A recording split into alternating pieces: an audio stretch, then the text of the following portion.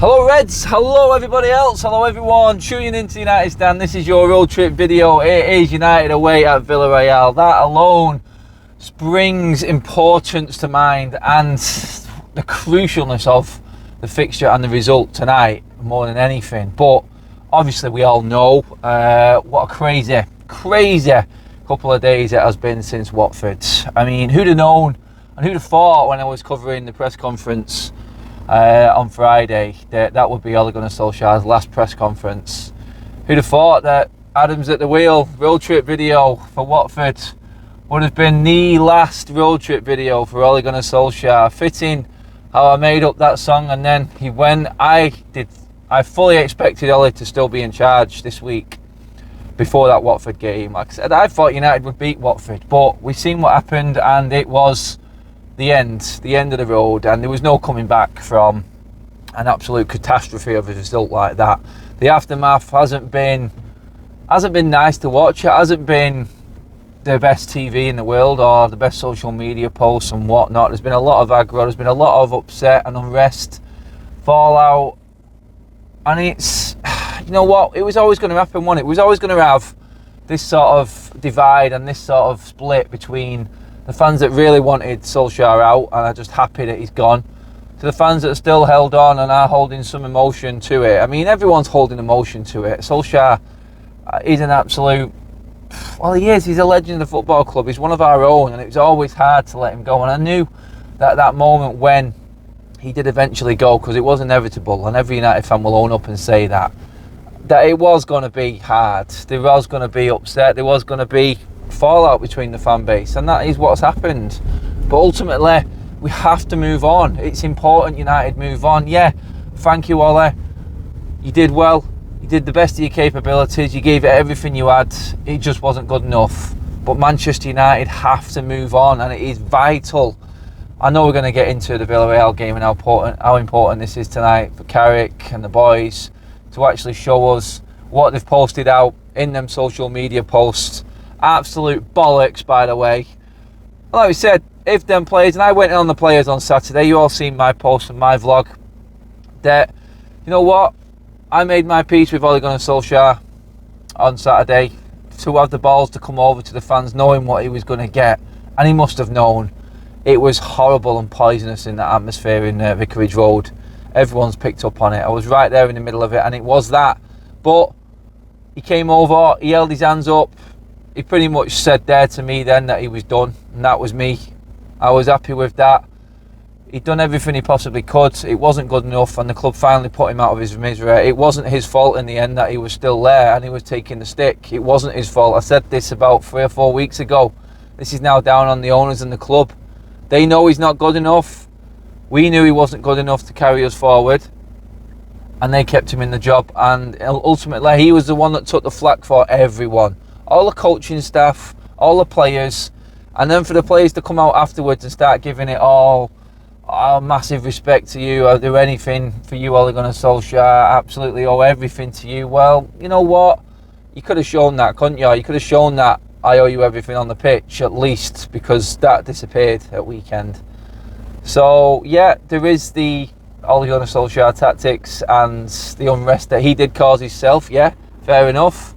But now, with no manager in charge, and I say that because Carrick isn't a manager, tonight's game is all on the players. It is literally all on them. Sentimental, sobby, you could call them any name you wanted under the sun. I'm going to go easy on it today, but literally, them players are what matters tonight, and it is on them. It is on them, because the guidance is going to be pretty much the same. It's the same coaching setup. This is a massive game. A draw or a win tonight, we're pretty much through. It's done and dusted. I mean, Villarreal are closest to us. If we get the draw, we're still top of the group with young boys at home, and that pretty much is nailed on. I'm sure we'll have a manager in place by then, and that game will be a formality. If we win, it's all over. It's done and dusted. Maybe we could get the win tonight. Well, ultimately, I think the draw is probably where everyone's head's at, and I think the more realistic look and realistic slant on this, I think we've only had one win over Villarreal in so many games. It would be ironic that the one game that puts us in through to the Champions League is the one game that Ole Gunnar Solskjaer ultimately will define his Manchester United career, which was that final against Villarreal in the Europa League. If he'd have won that, he would have had that extra time. He would have had that in the bank and backing him up that we can win a trophy with him. It would have took all the pressure of this season off, but he didn't, and ultimately that's when all the fans started to sort of take a different slant on the look of Solskjaer in charge of United and moving forward. Tonight, beating Villarreal, putting us through into the Champions League last 16, would be ironic that that is the game that does it. And these players, the same players pretty much that failed him and didn't turn up in the end last season on the big stages, are the ones against the same team doing it this time. It's just the way football works, and it will always be that way. But like I said, what Carrick picks tonight is going to be very, very interesting. Everyone is going to be looking at it and going, okay, how much of an impact did Michael Carrick have on this team? How much of a say did he have with Ole Gunnar Solskjaer at the wheel? You know what I mean? We're looking at these coaches now, feeling that McKenna is still there. It is absolutely ludicrous that these coaches that were with Ole are still in a job. But for the club and the way it's running, how pathetic it is, they wouldn't be there. They really wouldn't, because they would have all gone. They were all part of it. We know Solskjaer didn't coach this team, so really nothing has changed, except the players will be guilt-tripped into actually turning up tonight, and that's where I think our performance is going to come from. I think it's the only place it can come from, which is why I said it's all on the players tonight. I'm looking at it going, if Donny van der Beek doesn't start tonight, then this was a group effort with Ole Gunnar Solskjaer. Is Carrick going to read the room and go, I'm going to play Donny van der Beek here, maybe with McFRED or Matic possibly, just to say, look, we are doing something different. He says in his press conference that he's got all his plans. He knows exactly how he wants to play and what he wants to do. So he says he's ready. Does that mean that Carrick was running the show all along? Was a big part of running the show all along? If he's this ready after 2 days with this squad in the mood that they're in, it's a big shout, really. When you break it down, it's a very big shout from Carrick to know exactly how United are going to move forward here and play. Then that tells me that Carrick did have a big say in what was going on before Solskjaer left. So, kind of answering the question alone, is he going to play McFRED? That will be the ultimate, won't it? I can just picture the social media post when the starting lineup comes up shortly, when Fred and McTominay are in that starting lineup, and it's like, oh dear God, what is going on? What is going on? And that will then prove what the problem was. It wasn't just Solskjaer, it was all of his merry men as well. And the sooner United make this appointment, the better. And that's how I see it. I mean, the game takes care of itself tonight. Look, the lads just have to go out, draw or win. We're in the last 16. We don't have to worry about Europa League again. Then we can concentrate on the league with a new manager in charge. Going on to the new manager now quickly before we finish this video. We'll talk about it probably more tonight. I'll have my fan vlog after the game, and obviously we're doing the fan forum as well, so we'll get a sort of general feel of the whole Pochettino vibe, because that's the one that seems to be going into overdrive right now. Personally, I think that Pochettino, if you're going to go and get Pochettino, it's pointless waiting till the summer now. If it was a Ten Hag, I'd understand that. I would understand that. Fresh face, not been on United's radar before. Pochettino was on United's radar. We missed out on him once already. I think if you're going to get Pochettino, with the unrest at Paris Saint-Germain, you know what, he's cruising it in the Champions League. He's unbeaten in the Champions League with PSG. 11 points clear in Ligue 1. I mean, you'd have thought, why? But the amount of stick he's getting over there, and like I said, I was watching TV last night, and it pretty much said it. He knows, United know, that we've missed out on this before, and if United are hell-bent on Pochettino and he is our man, then and I know I've said on Sunday's show, look, I can only see an interim coming in and then the proper manager in the summer. But if it is Pochettino, and we wasn't really talking about Poch that much on Sunday, then if it is him, you have to go and get him now. You really do. It's pointless.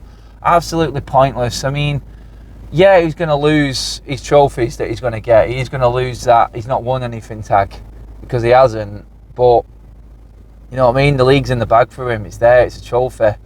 But can the lure of United? Can United flex what muscle we've got left and just go, we're getting you now and that's it. Come to United now. Otherwise, it's not happening. You know what I mean? Like Beth was talking, and like Mark was talking on the show, I think United have lost some of the lure, some of the pull. We're not as big as what people think. I really do.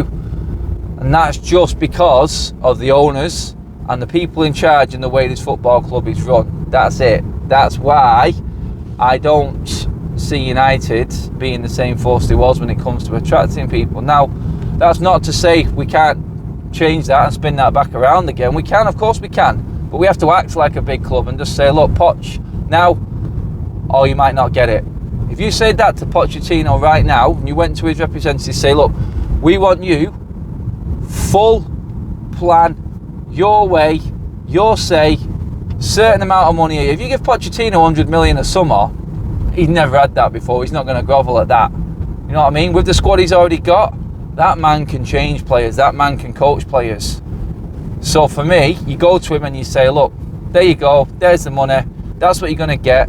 This is the only chance you're going to get to be Manchester United manager, but we will back you and give you the opportunities and the time that Solskjaer had. You're not going to get that in the Premier League of any other club. Of any other top club in the world, you're not going to get that time that United afford managers.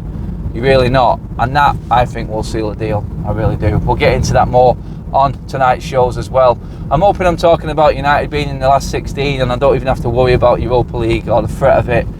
How we perform tonight is all on the players, like I said. It's down to them now because nothing's changed really. Are they playing for the new manager now?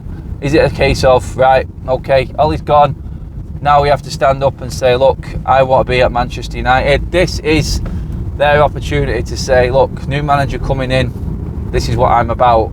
Hopefully Carrick picks the right team tonight. Hopefully he does. Guys, let me know. Drop your comments below. What mood are you in? How are you feeling? What's the vibe? Do you think a win tonight or just go get the draw? Can United afford to play for a draw? Because ultimately we normally end up losing if that's the case. So do we just go out for the win and then maybe we get the draw? I think that's the positive way to do it. Let me know what you think, guys. Subscribe to United Stand as always. Drop your comments in. Give the video a share. Like the video as always. And I will see you after the game. Good luck to United. Come on, Reds.